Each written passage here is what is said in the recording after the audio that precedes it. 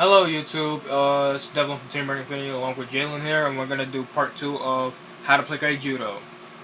Jalen just explained almost everything in part 1, so if you want to know a lot of the game already and you're just starting out, go to part 1 and come back over here.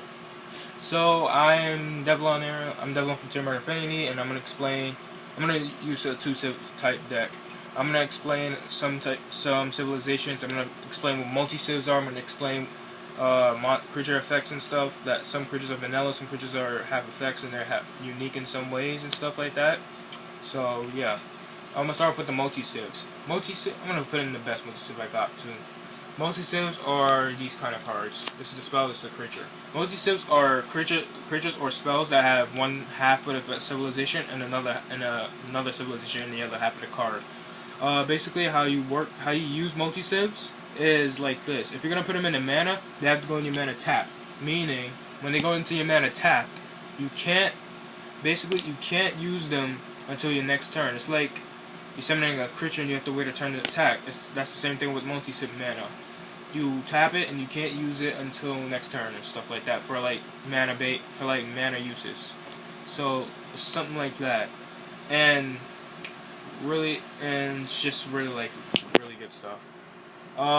And a unique thing about multi-civ creatures or multi-civ spells, all you need is one of the two civilizations that you see on here. So say this creature Shapeless the Corrupt is a darkness fire creature, and I have like 8 darkness mana or 8 fire mana. Either way, I can still summon this guy regardless. I don't have to have both in the mana. I can have rather darkness or fire or both. So that's really unique that's what makes multi-civ cards very powerful in this game. Some multi-civs are good, some are bad. This deck is like Darkness Fire aggro, which is a multi-civ using darkness, fire, and both. So really good. Next I want to talk about creature effects. I think Jalen talked about this too. Creature effects, basically each creature has their own effect. Well, not all. Some creatures are vanillas. Basically, they just have a saying in the bottom or something like that. Some creatures have effects that help synergize with the deck itself. Like, for example, we have Gigabover. His effect is when he attacks, he's banished at the end of the attack, which kind of combos out with the Shayblaze's effect. So there are like trigger effects that creatures have, and actual regular effects and trigger effects. Shayblaze has a trigger effect. Let's say Shayblaze provoked effect is a trigger effect, or there's summon effects, but first trigger. So let's say Shayblaze is a trigger effect that is provoked. When either your creature or your opponent's creature is banished, you can target all your creatures on the board, and they all get fast attack, which is nice. So you summon a Shayblaze and you use his Enter Battle Zone effect, which I'll explain later. And let's just say you already have a Gigabolt on the board since turn 1 and stuff. You never attack with it. Now you attack with it. At the end of the attack, it dies, and now Shayblaze's trigger effect goes off, making it get fast attack along with everything else. So pretty nice. So you can just attack with it instantly. So it's like one of those fast attack effects. Enter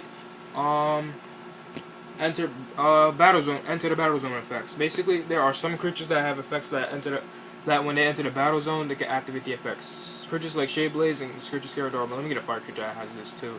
And then there are fire creatures that have the same thing as well. Let me just look for one. Oh, General Skycrusher, actually a very good one too. They all have effects that just do that. They all have effects that activate when they enter the battle zone. So if they say when this creature enters the battle zone, you can do this or that, blah blah blah. Basically, when you can do the effect automatically when they enter the battle zone. Now another thing I want to talk about is double breakers. There are big creatures that have double breakers, which is actually pretty effective in the game. Double breaker basically means when they attack, they can break 2 shields instead of 1. You can choose to break 1 shield or you can break 2. You may want to break 2 just to if you want to like beat your opponent faster. It really comes in handy. We don't have those kind of creatures, but there are triple breakers that breaks 3 shields, like King Tritonus, Infernus, and stuff like that. But we don't have those cards on us right now. So, but we're just saying there are triple breakers. They only go up to triple breakers. No quadruple breakers, people. No 5 breakers. Nah, none of that. That's too broken. 5 breakers is too broken. That would have been game, let's say it's turn 2 and shit like that. But yeah, there are double and triple breakers, so you're breaking 3 shields at once, 2 shields at once, and stuff like that. So be sure to like use these kind of cards in your decks, because you may need them to break your shield, opponent's shields faster. And yeah, let's see. There are other stuff here.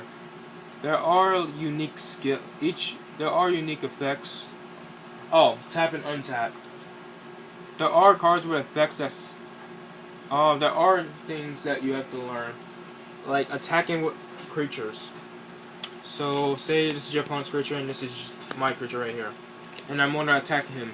I can't attack him unless he's tapped, and the only way for him to be tapped is if I use a spell to cast on him that makes him get tapped, or he attacks and he stays tapped.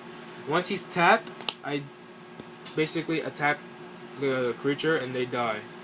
But there are unique creatures with skills that they can attack untapped creatures. Basically, they can attack creatures when they're like this. That's untapped. I have a creature right here. Morna Gatling Dragon. So let's switch that out. So Morna's effects, she can attack untapped creatures. Basically, she could just swing into the Scared Orbital, even though the Scared Orbital's like this, and Scared Orbital dies. So yeah. So there are creatures like that, and very good, and they're like very good in the deck and stuff like that. Really, so yeah, I'm here to talk about. There are a lot of unique creatures and stuff in the game and stuff like that. There are new stuff coming out, stuff like that. So yeah, there are some unique spells, like choosing this. Basically, like each civilization has spells depending on their civilization. Like darkness, choose a card, discard it. Light, tap creatures. Fire, banish. Water, draw power, and nature, put stuff into the mana and stuff like that. So yeah, make sure. So if you like any of those civilizations, make sure you can make a mono, or you can just mix them up if you want. So if you're interested in some of the civilizations, make sure you picked up them decks and stuff. Make sure you get some packs, open them up, get the card you need and stuff like that. Go broken like I did, pulling 2 super rares out of 3 packs, and yeah, basically. So that's all I need. That's all I'm here to talk about. I'm here to talk about attacking and all that stuff, and what you need to do at the right timing. Like basically, actually, let me talk about that though. At the right timing, there are some shield blasts that you might draw into that might not be in your shield zone, that you might have to waste mana to use. But it's not a waste if they're good. The right timing to use these cards if your opponent has problematic cards on board, like some creatures, like some blockers or big creatures. Yeah. But if you're playing something like Modifier Rush, blockers is not a problem for you. But back to the point, there are going to be certain moments when you're going to have to use the shield blast from your hand and stuff like that, no matter how many times you want to use it and stuff like that. So, like Bone Blade for once, if your opponent has Scared Orbital Bloom Hollows, you're going to need that Bone Blades, or you're going to need Terror Pit. You're not going to always put stuff in the mana, even though Terror Pit's like the best darkness card in the game. You're not going to want to always put it in the mana. You're going to keep it safe for turn 7 plays and stuff like that. Same thing with Skull Shatter. Skull Shatter devastates your opponent and stuff like that. So if you're thinking about putting stuff in the mana, make sure you keep it a little bit longer. See if you need it later in the future of the gameplay and stuff like that until you put it into the mana. But I put stuff early in the mana because I know I play multiple of that card and stuff like that. So if you play multiples, you can just put stuff in mana if you want. So yeah, that's all I wanted to talk about to you guys. This is part 2. This is probably the final part. I don't know. Is there gonna be a part 3? Maybe not. Maybe Joe thinks we should do it then. We'll surprise him. We'll surprise you guys with a part 3 later on. So yeah, this is Devlon from Team Burger Infinity going out. Later, YouTube.